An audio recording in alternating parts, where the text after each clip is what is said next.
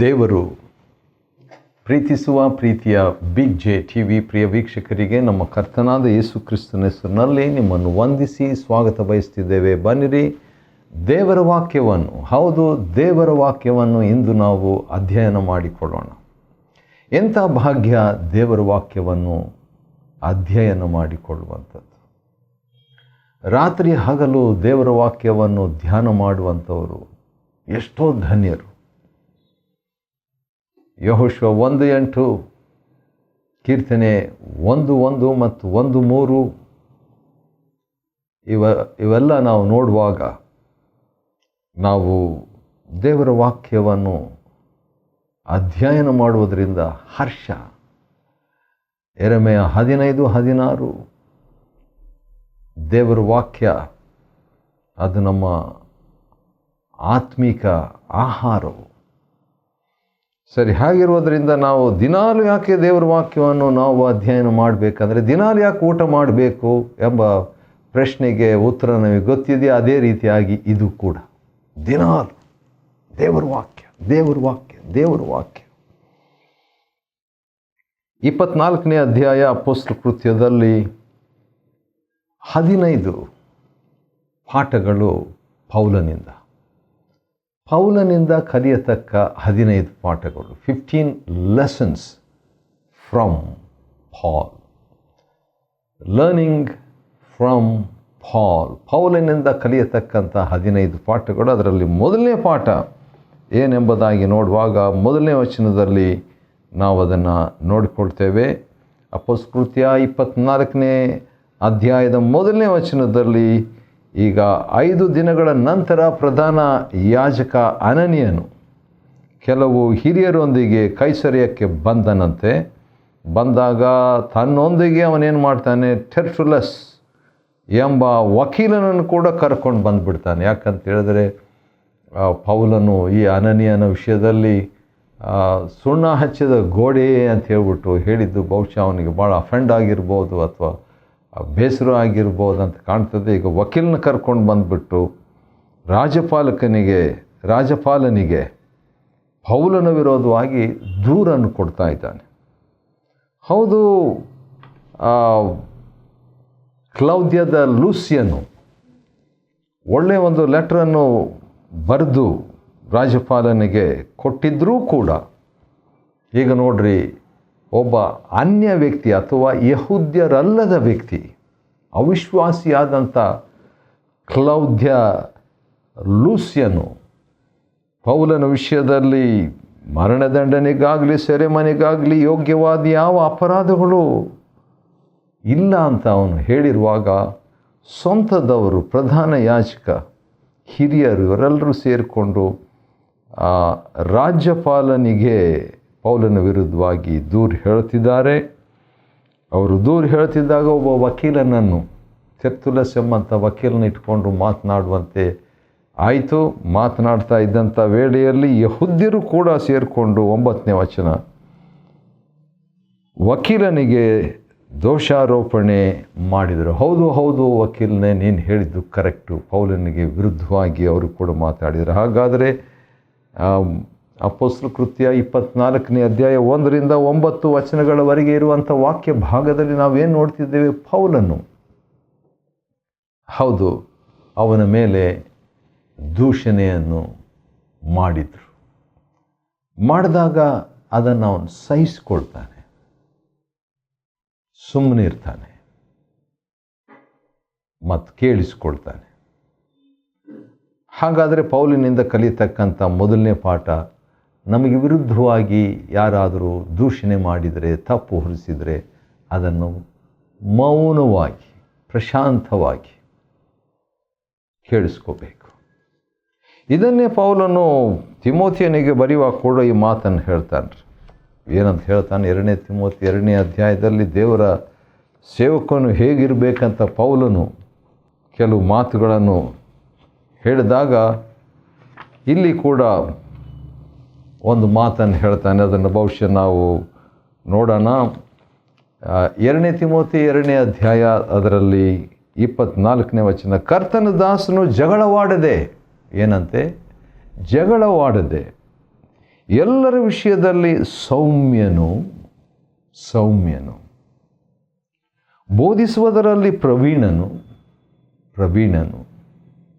ತಾಳ್ಮೆಯುಳ್ಳವನು ಆಗಿರಬೇಕು. 2 ತಿಮೋಥಿ 2ನೇ ಅಧ್ಯಾಯ 24ನೇ ವಚನದಲ್ಲಿ ಪೌಲನು ಹೇಳಿದಂತೆಯೇ ತಾನು ಈಗ ನಿಂತ್ಕೊಂಡಿದ್ದಾನೆ. ಇದು ಪೌಲನಿಂದ ನಾವು ಕಲಿಯತಕ್ಕಂಥ ಮೊದಲನೇ ಪಾಠ. ಎರಡನೇದಾಗಿ 10ನೇ ವಚನದಲ್ಲಿ ರಾಜ್ಯಪಾಲನು ಫೆಲಿಕ್ಸ್ ಎಂಬ ರಾಜ್ಯಪಾಲನು ಅವನು ಪೌಲನಿಗೆ ಮಾತನಾಡಬೇಕೆಂದು ಸನ್ನೆ ಮಾಡ್ತಾನೆ. ಸರಿ, ಮಾತಾಡು. ಅಪೊಸ್ತಲಕೃತ್ಯ 24:10 ಮಾತಾಡಲಿಕ್ಕೆ ಅವನಿಗೆ ಸನ್ನೆ ಮಾಡಿದಾಗ ಪೌಲನು ಈಗ ಮಾತಾಡ್ತಾನೆ. ಏನಂತ ಮಾತಾಡ್ತಾನೆ? ಅನೇಕ ವರ್ಷಗಳಿಂದ ತಾವು ಈ ದೇಶದ ಮೇಲೆ ನ್ಯಾಯಾಧೀಶರಾಗಿದ್ದದ್ದನ್ನು ಅಥವಾ ನ್ಯಾಯಾಧೀಶರಾಗಿರುವುದನ್ನು ನಾನು ಬಲ್ಲೆ. ಹಾಗಾದರೆ ಈ ಫೆಲಿಕ್ಸನ ಬಗ್ಗೆ ಪೌಲನಿಗೆ ಗೊತ್ತಿತ್ತು ಅನೇಕ ವರ್ಷಗಳಿಂದ. ಆದ್ದರಿಂದ ನಾನು ಸಂತೋಷದಿಂದ ನನ್ನ ಪ್ರತಿವಾದವನ್ನು ತಮ್ಮ ಮುಂದೆ ಇಡ್ತೇನೆ ಎಂಬುದಾಗಿ ಪೌಲನು ಹೇಳ್ತಾನೆ. ಹಾಗಾದರೆ ಸುಮ್ಮನಿದ್ದ ಪೌಲನು ಅಪೊಸ್ತಲಕೃತ್ಯ 1:1-9 ಮಾತಾಡಂತ ಹೇಳಿದಾಗ ಅಪೊಸ್ತಲಕೃತ್ಯ 24 ಮತ್ತು 10ನೇ ವಚನದಲ್ಲಿ ಈಗ ಮಾತಾಡ್ತಾನೆ. ತನ್ನ ವಿಷಯವಾಗಿ ತನ್ನನ್ನು ಡಿಫೆನ್ಸ್ ಮಾಡಿಕೊಳ್ತಾನೆ. ಇದು ನಮಗೆ ಅವಕಾಶ ದೊರಕಿದಾಗ ನಾವು ಕೂಡ ನಮ್ಮ ಪರವಾಗಿ ನಾವು ಮಾತನಾಡುವುದರಲ್ಲಿ ತಪ್ಪೇನಿಲ್ಲ. ಇದು ಪೌಲನಿಂದ ಕಲಿತಕ್ಕಂಥ 2ನೇ ಪಾಠ. 3ನೇದಾಗಿ 11ನೇ ವಚನ, ಅಪೊಸ್ತಲಕೃತ್ಯ 24:11ನೇ ವಚನದಲ್ಲಿ ನೋಡುವಾಗ, ದೇವಾರಾಧನೆ ಮಾಡಲು ಯೆರೂಸಲೇಮಿಗೆ ಹೋಗಿ ಇನ್ನು 12 ದಿನಗಳು ದಾಟಲಿಲ್ಲ ಎಂಬುದನ್ನು ತಾವು ವಿಚಾರಿಸಿ ತಿಳ್ಕೊಳ್ಬೋದು. ದೇವಾಲಯಕ್ಕೆ ನಾನು ಆರಾಧನೆ ಮಾಡಲಿಕ್ಕೆ ಹೋದೆ, 12 ದಿನಗಳಾಯ್ತಷ್ಟೆ. ಅದನ್ನು ಬೇಕಾದರೆ ನೀವು ವಿಚಾರಿಸಿ ತಿಳ್ಕೊಳ್ಬೋದು. ನೋಡಿ, ಪೌಲನು ಕೂಡ ಈಗ ವಕೀಲನಿಗೆ ಬೇಕಾದಂಥ ಪಾಯಿಂಟ್ಗಳನ್ನು, ಕ್ಲಾಸ್ಗಳನ್ನು, ಆ ಒಂದು ನಿಜಾಂಶಗಳನ್ನು, ರುಜುವಾತುಗಳನ್ನು ಕೊಡುವಂಥವನಾಗಿದ್ದಾನೆ. ಸರಿ, ದೇವಾರಾಧನೆ ಅನ್ನುವಂಥದ್ದು ಭಾಳ ಪ್ರಾಮುಖ್ಯವಾದಂಥ, ಪ್ರತಿ ಮಾನವರಲ್ಲಿ ಆ ದಿವಸಗಳಲ್ಲಿ ವಿಶೇಷವಾಗಿದ್ದಂಥ ಒಂದು ಸಂಗತಿ. ಅದಕ್ಕೆ ವಿರುದ್ಧವಾಗಿ ಯಾರೂ ಮಾತನಾಡಲಿಕ್ಕಾಗಲ್ಲ. ಆದ ಕಾರಣ ದೇವಾರಾಧನೆಯಿಂದ ತನ್ನ ಪ್ರತಿವಾದವನ್ನು ಪೌಲನು ಪ್ರಾರಂಭಿಸ್ತಾನೆ. ಇದು 3ನೇ ಪಾಠ ಪೌಲನಿಂದ ನಾವು ಕಲಿಯುವಂಥದ್ದು. 4ನೇದಾಗಿ ಪೌಲನು ಇನ್ನೊಂದು ಮಾತನ್ನು ಹೇಳ್ತಿದ್ದಾನೆ. 12ನೇ ವಚನ, ಅಪೊಸ್ತಲಕೃತ್ಯ 24ನೇ ಅಧ್ಯಾಯದ 12ನೇ ವಚನದಲ್ಲಿ, ದೇವಾಲಯದಲ್ಲಾಗಲಿ ಸಭಾಮಂದಿರದಲ್ಲಾಗಲಿ ಪಟ್ಟಣದ ಯಾವುದೇ ಸ್ಥಳದಲ್ಲಾಗಲಿ ನಾನು ವಾಗ್ವಾದ ಮಾಡುತ್ತಿದ್ದುದನ್ನು ಅಥವಾ ಜನರ ಗುಂಪನ್ನು ಕೂಡಿಸುವುದನ್ನು ಇವರು ಕಂಡಿಲ್ಲ. ಈಗ ಅವರು ನನ್ನ ಮೇಲೆ ಹೊರಿಸುತ್ತಿರುವ ಆಪಾದನೆಗಳನ್ನು ನಿಮ್ಮ ಮುಂದೆ ಅವರು ರುಜು ಮಾಡಿ ತೋರಿಸಲಾರರು. ವಾವ್, ಎಂಥ ಮಾತು! ಪೌಲನ್ ಏನು ಹೇಳ್ತಿದ್ದಾನೆ? ಅವರು ರುಜು ಮಾಡಲಿಕ್ಕಾಗಲ್ಲ. ಏನು, ಯಾವುದೇ ರೀತಿಯಲ್ಲಿ ನಾನು ತಪ್ಪು ಮಾಡಿದೆ ಅಂತ ಹೇಳ್ಬಿಟ್ಟು ಅವ್ರು ತೋರಿಸ್ಲಿಕ್ಕೆ ಆಗಲ್ಲ ಅನ್ನುವಂಥದ್ದು. ಆ ರೀತಿಯಾಗಿ ಹೇಳಿದಾಗ ಅದು ಇನ್ನೂ ಚೆನ್ನಾಗಿ ಭಾಳ ಪವರ್ಫುಲ್. ವಕೀಲ ತೆರ್ತುಲಸ್ ಮಾತಾಡಿದಂಥದಕ್ಕಿಂತಲೂ ಒಳ್ಳೆಯ ಪಾಯಿಂಟ್ಗಳನ್ನು ಪೌಲನು ಈಗ ರಾಜ್ಯಪಾಲನಾದಂಥ ಫೆಲಿಕ್ಸ್ನ ಮುಂದೆ ಇಡ್ತಾ ಇದ್ದಾನೆ. ಇದು ನಾವು ಕಲಿಯತಕ್ಕಂಥ 4ನೇ ಪಾಠ. ಹೌದು, ನಮ್ಮ ಕಷ್ಟಗಳಲ್ಲಿ, ಪರಿಸ್ಥಿತಿಗಳಲ್ಲಿ ನಾವು ಕೂಡ ಮಾತಾಡಬೇಕು, ಅಂಶಗಳನ್ನು ಸ್ಪಷ್ಟಪಡಿಸಬೇಕು. ಇದನ್ನು ನಾವು ಕಲಿತೇವೆ. ಮತ್ತು 14ನೇ ವಚನ, ಅಪೊಸ್ತಲರ ಕೃತ್ಯಗಳು 24ನೇ ಅಧ್ಯಾಯದ 14ನೇ ವಚನದಲ್ಲಿ, ಒಂದನ್ನು ನಾನು ಒಪ್ಪಿಕೊಳ್ತೇನೆ ಅಂತ ಹೇಳ್ತಾನೆ. I agree. ಏನು ಒಪ್ಕೊಳ್ಳಲ್ಲ ಅಂತ ಹೇಳಿಲ್ಲ, ಒಂದು ಒಪ್ಕೊಳ್ತೀನಿ ನಾನು. ಏನು ಒಪ್ಕೊಳ್ತಾನೆ ನೋಡೋಣ ಬನ್ನಿರಿ. ಇವರು ಒಂದು ಪಂಗಡ ಎಂದು ಕರೆಯುವ ಮಾರ್ಗದ ಅನುಯಾಯಿಯಾಗಿ ನಾನು ನಮ್ಮ ಪಿತೃಗಳ ದೇವರನ್ನು ಆರಾಧಿಸ್ತೇನೆ ಎಂಬುದನ್ನು ಒಪ್ಪಿಕೊಳ್ತೇನೆ. ಯಾವುದೋ ಒಂದು ಗುಂಪು ಅಂತ ಹೇಳ್ತಾರಲ್ಲ, ಆ ರೀತಿಯಾಗಿ ಇದ್ದಂಥವರ ಮಾರ್ಗದ ಅನುಯಾಯಿಯಾಗಿ ನಾನು ನಮ್ಮ ಪಿತೃಗಳ ದೇವರನ್ನು ಆರಾಧಿಸ್ತೇನೆ. ಮತ್ತೆ ಆರಾಧನೆ ಕನೆಕ್ಟ್ ಮಾಡ್ತಾನೆ ರೀ ಪೌಲನು. ಒಪ್ಪಿಕೊಳ್ತೇನೆ ಅಂತ ಹೇಳ್ತಾನೆ, ಆದರೂ ಕೂಡ ದೇವಾರಾಧನೆಯನ್ನು ತಂದು ಒಪ್ಪಿಕೊಳ್ತೇನೆ ಅಂತ ಹೇಳ್ಬಿಟ್ಟು ಕನೆಕ್ಟ್ ಮಾಡ್ತಾನೆ. ಇದು ಪೌಲನಿಂದ ನಾವು ಕಲಿಯತಕ್ಕಂಥ 5ನೇ ಸಂಗತಿ. 6ನೇದಾಗಿ, ಧರ್ಮಶಾಸ್ತ್ರ ಒಪ್ಪಿಕೊಳ್ಳುವಂಥದ್ದೆಲ್ಲವನ್ನು, ಪ್ರವಾದಿಗಳ ಗ್ರಂಥಗಳಲ್ಲಿ ಬರೆದಿರುವುದೆಲ್ಲವನ್ನು ನಾನು ನಂಬುತ್ತೇನೆ. ವಾವ್! ಈ ರೀತಿಯಾಗಿ ಯಾರಾದರೂ ಒಂದು ವೇಳೆ ಪೌಲನಿಗೆ ಒಬ್ಬ ವಕೀಲನನ್ನು ತಂದಿದ್ರೂ ಕೂಡ ಇಷ್ಟು ಚೆನ್ನಾಗಿ ಮಾತಾಡ್ತಿದ್ದಿಲ್ಲ ಅಂತ ಕಾಣ್ತದೆ, ಖಂಡಿತವಾಗಿ.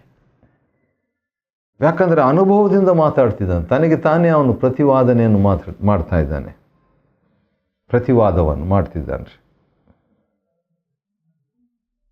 ಇನ್ನೇನು, ಧರ್ಮಶಾಸ್ತ್ರವನ್ನೆಲ್ಲ ಒಪ್ಪಿಕೊಳ್ಳುವಂಥದ್ದು, ಪ್ರವಾದಿಗಳು ಗ್ರಂಥಗಳಲ್ಲಿ ಬರೆದಿರುವುದೆಲ್ಲವನ್ನು ನಾನು ನಂಬುತ್ತೇನೆ. ವಾವ್!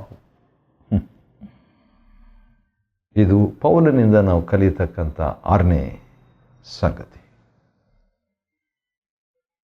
7ನೇದಾಗಿ, ಇನ್ನು ಅದನ್ನು ಬಿಲ್ಡಪ್ ಮಾಡ್ಕೊಂಡು ಹೋಗ್ತಾನೆ. ತನ್ನ ಒಂದು ಪ್ರತಿವಾದವನ್ನು ಅವನು ಹಾಗೆ ಕಟ್ಕೊಂಡು ಹೋಗ್ತಾ ಇದ್ದಾನೆ. ಅಪೋಸಿಷನ್ ಲಾಯರ್ ಅವರು ತೆರ್ತುಲಸ್ ಮತ್ತು ಆ ಕಡೆ ಮಹಾಯಾಜಕನು ಅನನೀಯ ಇದ್ದಾನೆ ಮತ್ತು ಹಿರಿಯರು ಕೂತಿದ್ದಾರೆ. ಅವರೆಲ್ಲ ಕೈಸರಿಯಕ್ಕೆ ಬಂದಿದ್ದಾರೆ ಮತ್ತು ರಾಜ್ಯಪಾಲನು ಕೂತಿದ್ದಾನೆ ಮತ್ತು ಅನೇಕ ಜನರು ಇದ್ದಾರೆ. ಒಳ್ಳೆ ಟ್ರೀಟ್ಮೆಂಟು. ಪೌಲನನ್ನು ಹೆರೋದನ ಅರಮನೆಯಲ್ಲಿ ಬೇರೆ ಇಟ್ಟಿದ್ದರು, ಹೌದು, ಕಾವಲಾಗಿ ಇಟ್ಟಿದ್ದರು, ಒಳ್ಳೆ ಸ್ಥಳದಲ್ಲಿ ಇಟ್ಟಿದ್ದರು. ಈಗ ಅವನು ಇನ್ನೊಂದು ಮಾತನ್ನು 15ನೇ ವಚನದಲ್ಲಿ ಹೇಳ್ತಾನೆ. ಅಪೊಸ್ತಲಕೃತಿ 24ನೇ ಅಧ್ಯಾಯದ 15ನೇ ವಚನದಲ್ಲಿ, ನೀತಿವಂತರಿಗೂ ದುಷ್ಟರಿಗೂ ಪುನರುತ್ಥಾನವಿದೆ ಎಂದು ಈ ಜನರು ಎದುರು ನೋಡುವಂತೆಯೇ ದೇವರಲ್ಲಿ ನನಗೂ ನಿರೀಕ್ಷೆ ಇದೆ. ಈಗ ಮತ್ತೆ ಜನರ ಜೊತೆ ಕನೆಕ್ಟ್ ಮಾಡ್ತಾ ಇದ್ದಾನೆ. ಫಸ್ಟು ದೇವರ ಹತ್ರ ಕನೆಕ್ಟ್ ಮಾಡಿಬಿಟ್ಟು ಮಾತಾಡ್ದ. ಈಗೇನು ಹೇಳ್ತಾನೆ, ಈ ಜನರು ಎದುರು ನೋಡುತ್ತಾ ಇರುವಂತೆಯೇ ದೇವರಲ್ಲಿ ನನಗೂ ನಿರೀಕ್ಷೆ ಇದೆ, ಅವ್ರಿಗೂ ನಿರೀಕ್ಷೆ ಇದೆ, ನಮಗೂ ನಿರೀಕ್ಷೆ ಇದೆ. ಹಾಗಾದರೆ ಏನು ವ್ಯತ್ಯಾಸ? ಅದು ತಪ್ಪ? ಒಂದು ವೇಳೆ ತಪ್ಪಾಗಿದ್ದರೆ ಜನರೆಲ್ಲರೂ ಕೂಡ ತಪ್ಪು ಮಾಡಿದ್ದಾರೆ ಅನ್ನುವಂತೆ ಆ ತರ್ಕಶಾಸ್ತ್ರಬದ್ಧವಾಗಿ ಭಾಳ ಬಿಲ್ಡಪ್ ಮಾಡಿಕೊಂಡು ಅದನ್ನು ಕ್ರಮಬದ್ಧವಾಗಿ ಪೌಲನು ಮಾತನಾಡ್ತಾ ಇರುವಾಗ, ಪುನರುತ್ಥಾನದ ನಿರೀಕ್ಷೆ ಇದೆ, ನನಗೆ ನಿರೀಕ್ಷೆ ಇದೆ. ಮೊದಲು ನಾನು ಒಪ್ಪಿಕೊಳ್ತೇನೆ ಅಂತ ಹೇಳ್ತಾನೆ, ಅನಂತರ ನಾನು ನಂಬುತ್ತೇನೆ ಅಂತ ಹೇಳ್ತಾನೆ, ಈಗ ನಾನು ನಿರೀಕ್ಷಿಸ್ತೇನೆ ಎಂಬುದಾಗಿ ಹೇಳಿಬಿಟ್ಟು 16ನೇ ವಚನದಲ್ಲಿ ಭಾಳ ಒಂದು ದೊಡ್ಡ ಮಾತನ್ನು ಹೇಳ್ತಾನೆ. ಅದು ನನಗೆ ಭಾಳ ಇಷ್ಟ. ಅದೇನಂತ ಹೇಳಿದ್ರೆ, ಆದ್ದರಿಂದ ದೇವರ ಹಾಗೂ ಜನರ ಮುಂದೆ ನನ್ನ ಮನಸ್ಸಾಕ್ಷಿಯನ್ನು ಯಾವಾಗಲೂ ಶುದ್ಧವಾಗಿ ಇಟ್ಟುಕೊಂಡಿರಲು ಪರಿಶ್ರಮಿಸುತ್ತೇನೆ. ವಾವ್! ದೊಡ್ಡ ಮಾತು, ಎಂಥ ದೊಡ್ಡ ಮಾತು. What a man! ಪರಿಶ್ರಮಿಸುತ್ತಿದ್ದೇನೆ. I strive to keep a good conscience. ಒಳ್ಳೆಯ ಮನಸ್ಸಾಕ್ಷಿಯನ್ನು ನಾನು ಇಟ್ಕೊಳ್ತಿದ್ದೇನೆ ಎಂಬುದಾಗಿ ಅವನು ಹೇಳ್ತಾನೆ. ಇದು ನನಗೂ ನಮಗೂ ಅಗತ್ಯವಾದದ್ದು.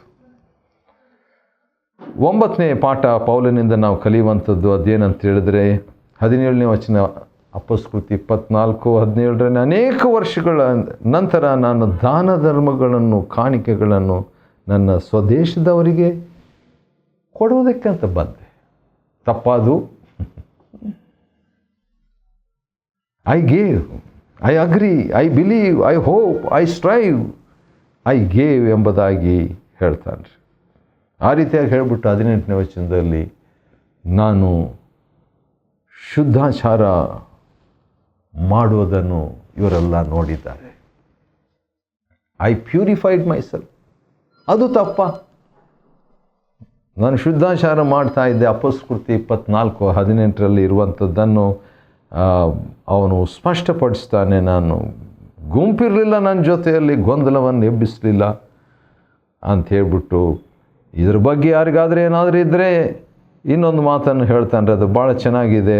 19ನೇ ವಚನ, ಅಪೊಸ್ತಲಕೃತಿ 24:19ನೇ ವಚನದಲ್ಲಿ, ಇಲ್ಲಿ ನನ್ನ ಮೇಲೆ ಅವರಿಗೇನಾದರೂ ವಿರೋಧವಿದ್ದರೆ ಅವರು ನಿಮ್ಮ ಸನ್ನಿಧಿಯಲ್ಲಿ ಈಗ ನನ್ನ ಮೇಲೆ ಅಪರಾಧ ಹೊರಿಸಲಿ. ರೆಡಿ, ಲೆಟ್ ದಮ್ ಚಾರ್ಜ್ ಮಿ. ಹೌದು, ಭಾಳ ಸ್ಪಷ್ಟವಾಗಿ ಹೇಳ್ತಿದ್ದಾನೆ ರೀ. ಒಂದು ವೇಳೆ ಏನಾದರೂ ಅಪರಾಧವನ್ನು ಕಂಡಿದ್ದಾರೆ ಅಂತ ಹೇಳಿದರೆ ಯಾವ ಅಪರಾಧವನ್ನು ಕಂಡರು ಎಂಬುದನ್ನು ಹೇಳಲಿ. ಸೈಲೆಂಟ್, ಯಾರೂ ಹೇಳ್ತಾ ಇಲ್ಲ. ಆನಂತರ 22ನೇ ವಚನ, ಈ ಮಾರ್ಗದ ವಿಷಯದ ಬಗ್ಗೆ ಬಹು ಸೂಕ್ಷ್ಮವಾಗಿ ತಿಳಿದುಕೊಂಡಿದ್ದ ಫೇಲಿಕ್ಸನು ವಿಚಾರಣೆಯನ್ನು ಮುಂದಕ್ಕೆ ಹಾಕಬೇಕಾಯಿತು. ಯಾಕಂತ ಹೇಳಿದರೆ ಏನು ಮಾತಾಡಲಿಕ್ಕೆ ಅವನಿಗೂ ಇರಲಿಲ್ಲ. ಯಾಕಂದ್ರೆ ಚೆನ್ನಾಗಿ ಗೊತ್ತಿತ್ತು, ಅವನಿಗೂ ಏನು ಮಾತಾಡಲಿಕ್ಕೆ ಆಗಲಿಲ್ಲ. ಅದ ಕಾರಣ ಹೇಳ್ತಾನೆ, ಸಹಸ್ರಾಧಿಪತಿ ಲೂಸಿಯನ್ನು ಬಂದ ಮೇಲೆ ನಾನು ನಿನ್ನ ವ್ಯಾಜ್ಯವನ್ನು ತೀರ್ಮಾನಿಸ್ತೇನೆ ಅಂತ ಹೇಳಿಬಿಡ್ತಾನೆ. ಆನಂತರ ಪೌಲನಿಗೆ ಅವನ ಸ್ನೇಹಿತರು ಅವನನ್ನು ಸಂದರ್ಶಿಸಲು ಯಾವ ಅಡ್ಡಿ ಮಾಡಬಾರ್ದು ಅಂತ ಹೇಳ್ಬಿಟ್ಟು ಶತಾಧಿಪತಿಗೆ ರಾಜ್ಯಪಾಲನು ಆಜ್ಞೆ ಕೊಡ್ತಾನೆ ರೀ, ಫೇಲಿಕ್ಸನು. ಅದು ಕೂಡ ಪೌಲಿಂದ ನಾವು ಕಲಿತಕ್ಕಂಥ ಒಂದು ಪಾಠ. ಆ ರೀತಿಯಾಗಿ ಬಂದಿದ್ದಕ್ಕೆ ಒಂದು ಅವಕಾಶ ದೇವರು ಮಾಡಿಕೊಟ್ರು. 13ನೇದಾಗಿ, ಹೌದು, ಆಗಾಗ 24ನೇ ವಚನ, ಫೇಲಿಕ್ಸನು ಬಂದು ಕರಿತಿದ್ದಂಥ ಪೌಲನ್ನು, ಬಂದು ವಾಕ್ಯ ಹೇಳು ಅಂತ ಹೇಳ್ಬಿಟ್ಟು. ಎಂಥ ಅವಕಾಶ ಅಲ್ವ, ರಾಜ್ಯಪಾಲನೇ ಕರ್ಕೊಂಡು ಬಂದು ಮೆಸೇಜ್ ಕೊಡು ಅಂತ ಹೇಳ್ಬಿಟ್ಟು ಪೌಲನನ್ನು ಕೈದಿ ಕಡೆಯಿಂದ ಕೇಳಿಸ್ಕೊಳ್ತಿದ್ದ. 24. ಆದರೆ ಪೌಲನು ಕಾಂಪ್ರಮೈಸ್ ಮಾಡಲಿಲ್ಲ ಮೆಸೇಜು. ಅಪೊಸ್ತಲಕೃತಿ 24-25ರಲ್ಲಿ ನೀತಿ, ದಮೆ, ನ್ಯಾಯ ವಿಚಾರಣೆ ಬಗ್ಗೆ ಹೇಳಿದಾಗ ಅವನು ಫೇಲಿಕ್ಸನು ನಡುಗ್ಬಿಟ್ನಂತೆ. ಫೇಲಿಕ್ಸನು ಹೆದರ್ಬಿಟ್ನಂತೆ. 3 ಪಾಯಿಂಟ್ ಮೆಸೇಜ್ ಕೊಟ್ಟ ಪೌಲನು, ದ ಗವರ್ನರ್ ಟ್ರಂಬಲ್ಡ್. ಇದು ಕೂಡ ಪೌಲನಿಂದ ಕಲಿತಕ್ಕಂಥ ಒಂದು ಪಾಠ. ಆತ್ಮಭರಿತನಾಗಿ ಮಾತನಾಡಿದಾಗ ರಾಜಕೀಯ ವ್ಯಕ್ತಿಗಳು, ನಾಯಕನೇ ನಡುಗ್ಬಿಟ್ಟ. ಕೊನೆಯದಾಗಿ 26ನೇ ವಚನ, ಆಗಾಗ್ಗೆ ಅವನನ್ನು ಫೇಲಿಕ್ಸನು ಪೌಲನನ್ನು ಕರಿತಾ ಇದ್ನಂತೆ, ಅವನೊಂದಿಗೆ ಮಾತನಾಡ್ತಾ ಇದ್ನಂತೆ. ಮತ್ತೆ ಫ್ರೆಂಡ್ ಥರ ಆಗಿಬಿಟ್ಟು. ಅಫ್ಕೋರ್ಸ್ ಅವನು ದುಡ್ಡು ಏನಾದರೂ ಕೊಡ್ಬೋದು, ಪೌಲನಂತ ಅಪೇಕ್ಷೆ ಪಟ್ಟಿದ್ನಂತ ಕಾಣ್ತದೆ. ಹೌದು, ಪಟ್ಟಿದ್ದ. ನೋಡ್ರಿ, ರಾಜ್ಯಪಾಲ ಗವರ್ನರ್ ಬಂದು ಒಬ್ಬ ಸೆರೆಯಾಳದ ಕಡೆಯಿಂದ ದುಡ್ಡು ಅಪೇಕ್ಷೆ ಪಟ್ಟನಂತ. ಅಂದರೆ ಅಷ್ಟರ ಮಟ್ಟಿಗೆ ದೇವರು ಪೌಲನನ್ನು ಒಂದು ಟಾಪ್ನಲ್ಲಿ ಇಟ್ಟಿದ್ರು. ಅದು ಕೂಡ ಪೌಲನಿಂದ ನಾವು ಕಲಿತಕ್ಕಂಥ ಪಾಠ. ಅನೇಕ ಸಾರಿ ಕರೆದನಂತೆ. 2 ವರ್ಷಗಳು ಹಾಗೆ ಕಳೀತು. 2 ವರ್ಷಗಳು ಎಷ್ಟು ಸಾರಿ ಕಳೆದನು. ಅಪೊಸ್ತಲಕೃತಿ 24ನೇ ಅಧ್ಯಾಯದಿಂದ ಪೌಲನಿಂದ ಕಲಿತಕ್ಕಂಥ 15 ಪಾಠಗಳನ್ನು ಕಲಿಯುವಂತೆ, ಅಧ್ಯಯನ ಮಾಡಿಕೊಳ್ಳುವಂತೆ ದೇವರು ಕೊಟ್ಟ ಕೃಪೆಗಾಗಿ ಆತನ ಸ್ತೋತ್ರವಾಗಲಿ. ದೇವರು ನಿಮ್ಮನ್ನು ಆಶೀರ್ವದಿಸಲಿ.